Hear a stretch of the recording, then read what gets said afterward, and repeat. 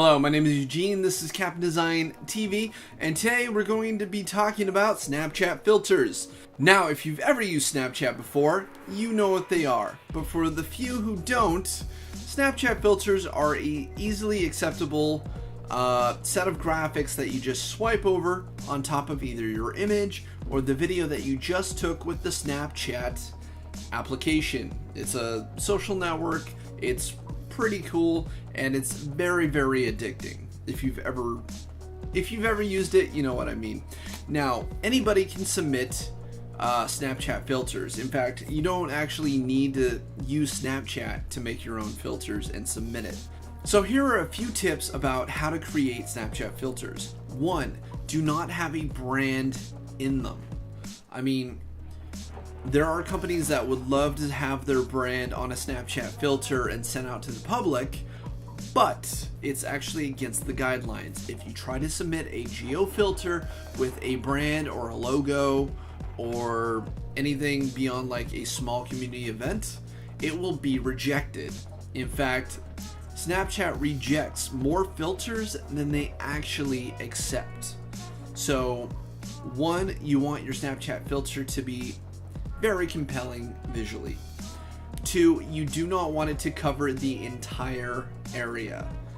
3, you want it to be location relevant. So if you're doing a small town, you might want your Snapchat filter to have something to do with the town itself. Say there's like a monument or something or an event that makes the town really special. Make your Snapchat filters about those things.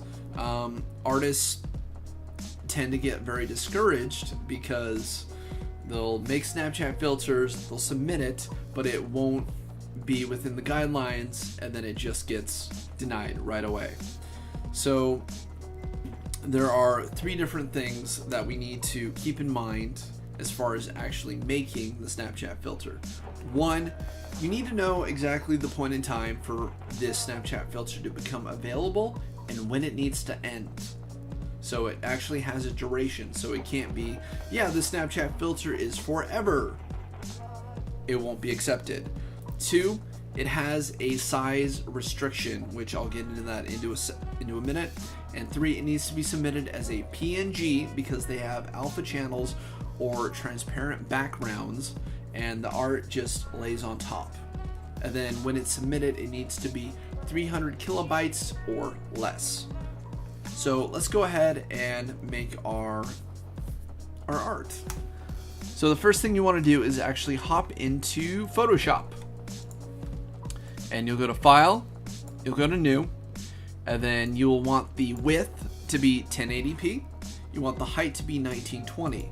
Now, if those numbers seem reminiscent to you, it's because if those were flipped, that's basically a 1080p video with a 16:9 format. You want your resolution to be 72. You want your color mode to be RGB color, 8-bit, background channel white, but that's neither here or there. And then the next thing we want to do is to actually just start making our art. So I'm going to go ahead and remove the background, or I'm actually going to turn it black because the artwork that I have from when I worked at Press Play, I did this logo for Marysville. And I'm just going to go ahead and bring it in. And I'm going to Control T so I can resize it, shrink it down.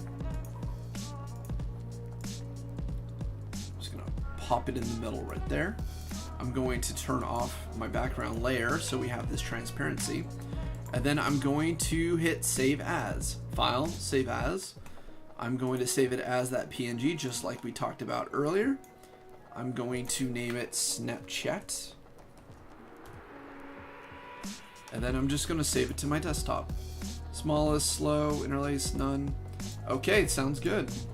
Now, the next thing we need to do once we actually have our Snapchat is make sure that it's the proper size. And again, it has to be within 300 kilobytes. This is 60.8 kilobytes, which is perfectly within the respected guidelines. So the next thing we're going to do is go to Snapchat. Now Snapchat has this handy dandy upload template that you can use. You just hit upload image, Snapchat, hit it. Here where the map is, you're going to try to figure out exactly where this Snapchat filter is going to be found.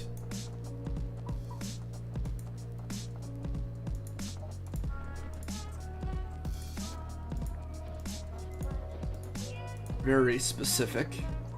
I'm down here by Port Susan, so even though you can't see it on here because our artwork was white, that's absolutely fine. Your name, I'm gonna put my name, my email, put in a description. Now I'm just gonna write description because this is a demonstration, and then any additional notes. But in reality, when you're submitting your Snapchat, you're actually going to want a full description, including, and don't forget, to put the dates and times when it's going to be available. If you don't put it in there, they're very most likely not going to accept it. So once you're done, make sure that it is or isn't an event. This is a city art piece, so it's not going to. All submitted content is original artwork. Yep, I agree to the policies. I'm not a robot. And then you hit submit. And then once it's done, this thank you image will pop up and to let you know that you have successfully submitted your Snapchat geo filter. Now, if you have any questions, go ahead and leave them down in the description. If there's something else you'd like to learn, go ahead and leave a comment.